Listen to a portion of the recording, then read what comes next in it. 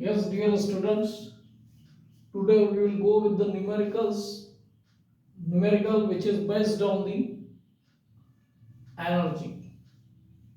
Now question here, a motor weighing 2100 kg is moving at a speed of 36 km up a hill. When the motor stops, it is just able to reach the destination at a height of 20 meter above the point.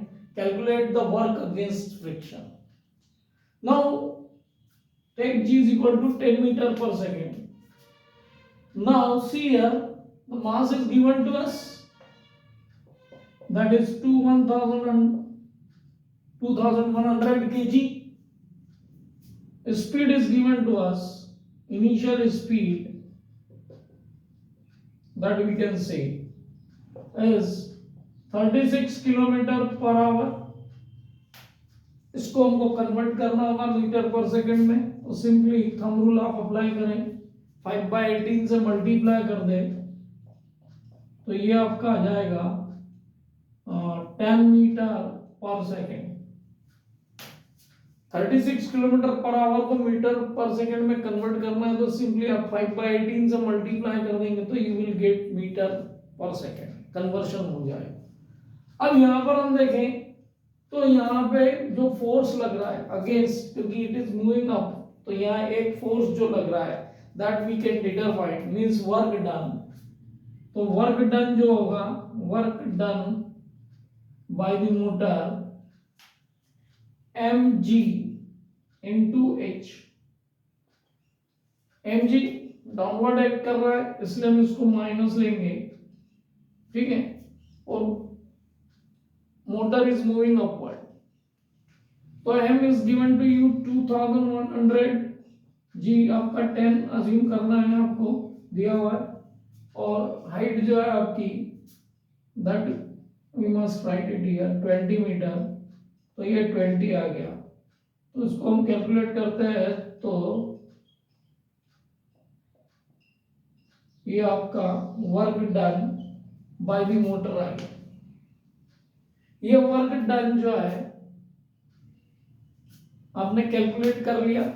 Work done को calculate करने के बाद हम देखें तो इसकी initial speed क्या है वो हमको पता है. तो initial speed is given to us 10 meter per second.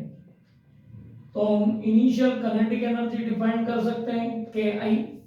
Kinetic energy is equal to आपका हाफ mv स्क्वायर है. अब यहां देखिए हाफ मास जो है 2100, वेलोसिटी आपकी 10 है, 10 का स्क्वायर. तो यहां देखेंगे तो ये हमको मिल रहा है 100/2, तो ये हो गया आपका 105. ये कैंसिल होगा आपका 50 से, 21 5 सा 105, और ये आपके 3 जीरो लग गए, ठीक है. ये काइनेटिक एनर्जी आपको मिल गई 105, 10 स्क्वायर दैट इज 100, 2 to 50, 105 से. ये काइनेटिक एनर्जी इनिशियली है and the motor is going to stop, तो फाइनल वेलोसिटी या फाइनल स्पीड जीरो होगी, तो फाइनल काइनेटिक एनर्जी जीरो होगी. अब वर्क एनर्जी थ्योरम को हम देखें तो वर्क एनर्जी थ्योरम क्या बोलती है, work done is equal to change in kinetic energy, change in kinetic energy.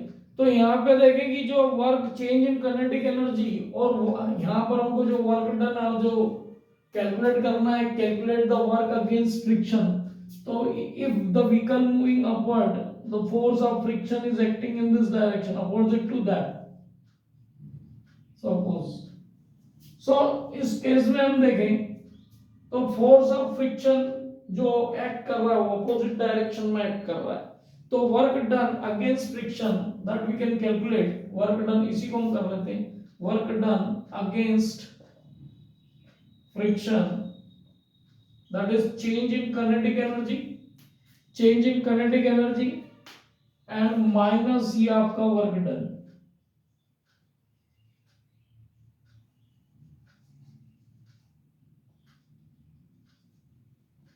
Bye the motor. तो चेंज इन काइनेटिक एनर्जी तो आपका ये आ रहा है 105, ये आपका वर्क डन आ गया आपका हाफ mv स्क्वायर से हमने काइनेटिक एनर्जी कैलकुलेट कर ली, दैट इज इसको आप लिख सकते हैं जूल में, माइनस वर्क डन, ये वर्क डन आपका है तो ये माइनस 42,000, सॉरी 4240 आते हैं, इतना वर्क डन हो रहा है। चेंज इन काइनेटिक एनर्जी, अब चेंज इन काइनेटिक एनर्जी क्या होगा, के माइनस के ही होगा, तो ये भी आपका माइनस का होगा। Kinetic energy, change in kinetic energy हमने कैलकुलेट नहीं की है, तो change in kinetic energy that we can write it here, that is kf minus ki 0 minus this here 10500, so it is also minus and it will be minus 105 minus minus plus this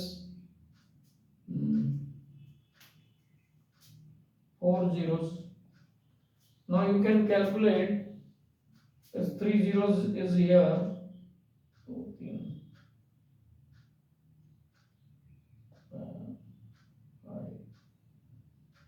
5 1 1 1, so it is, इसको हम calculate कर लेते हैं, 42 आपका ये है, 42 ही calculate कर लेते हैं, ये हो गया आपके 3 zeros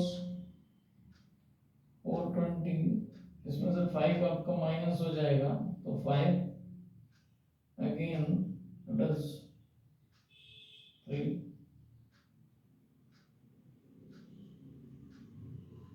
कैलकुलेशन हमको करना पड़ेगा,